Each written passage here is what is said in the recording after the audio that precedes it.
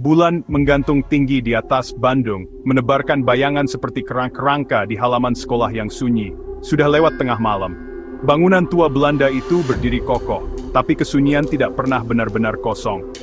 Dari pos jaga, Pak Ujang mendengarkan. Ketukan samar, berirama menggema dari lantai 2, seperti kelereng jatuh di ubin dingin. Dia sudah mengunci setiap pintu, namun suara itu tetap ada, ritual malam yang dia takuti. Bisikan masa lalu terdengar paling keras saat masa kini sunyi.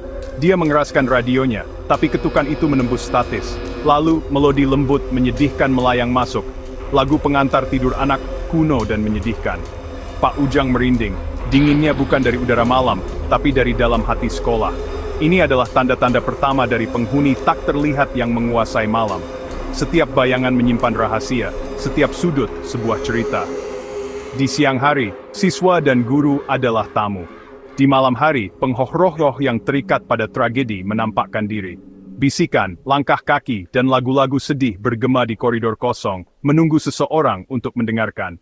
Di sekolah ini, masa lalu tidak pernah benar-benar hilang.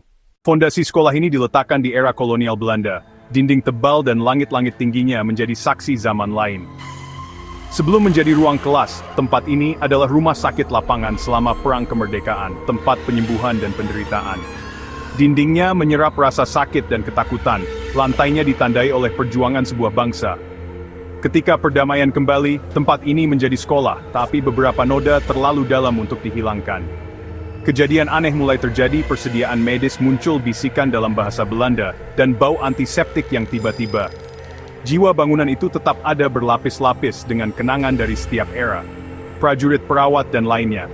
Masing-masing meninggalkan jejak mereka, kesedihan mereka terjalin dalam struktur. Tragedi baru menambah beban, membuat malam menjadi simfoni bisikan hantu. Sejarah sekolah ini tidak hanya diingat, tetapi dihidupkan kembali, malam demi malam. Di sini, masa lalu berlama-lama menolak untuk memudar. 0.5 Di lantai 2, ruang kelas 7 berada di ujung koridor yang remang-remang. Di siang hari, itu biasa saja. Di malam hari, itu adalah pusat kejadian mistis sekolah. Staf malam menghindarinya. Bayangan melesat di dalamnya dan perasaan diawasi terus-menerus.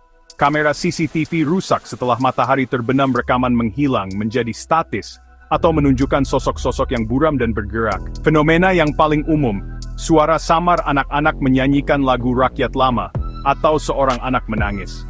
Guru-guru di malam hari mendengar goresan panik di pintu, seolah-olah ada seseorang yang terjebak di dalam. Beberapa merasakan hawa dingin yang tiba-tiba, atau ketakutan yang luar biasa, hanya dengan melewatinya. Reputasi ruangan itu terkenal, pusat kesedihan bangunan. Siswa berbisik tentang kehidupan yang terenggut di dalam dindingnya. Ruang kelas 7 adalah di mana tabir antara dunia tipis. Rahasia-rahasia dibisikkan, tidak pernah diucapkan dengan keras. Kisah paling mengerikan adalah tentang Adi, seorang anak pendiam yang dikunci di ruang kelas 7 sebagai lelukon kejam. Malam itu, kebakaran terjadi. Terincaptan Adi tidak terdengar. Dia meninggal di sana, jiwanya tidak bisa pergi. Tragedinya menghantui ruangan itu. Energinya, lahir dari ketakutan dan pengkhianatan, tetap ada. Siswa melaporkan melihat seorang anak laki-laki menangis di dekat jendela, berbisik, "Mengapa mereka meninggalkanku?" Beberapa menganggapnya sebagai legenda, tetapi cerita-cerita itu terus ada, terlalu banyak, terlalu konsisten untuk diabaikan. Guru memperingatkan pendatang baru, siswa yang lebih tua mewariskan kisah itu, jangan menguji nasib. Entah roh atau ingatan, energi di ruang kelas 7 tidak tenang. Itu adalah peringatan untuk tragedi yang terlupakan. Satu peringatan, jangan pernah masuk ruang kelas itu sendirian setelah matahari terbenam. They barred up sebaiknya dibiarkan tertutup.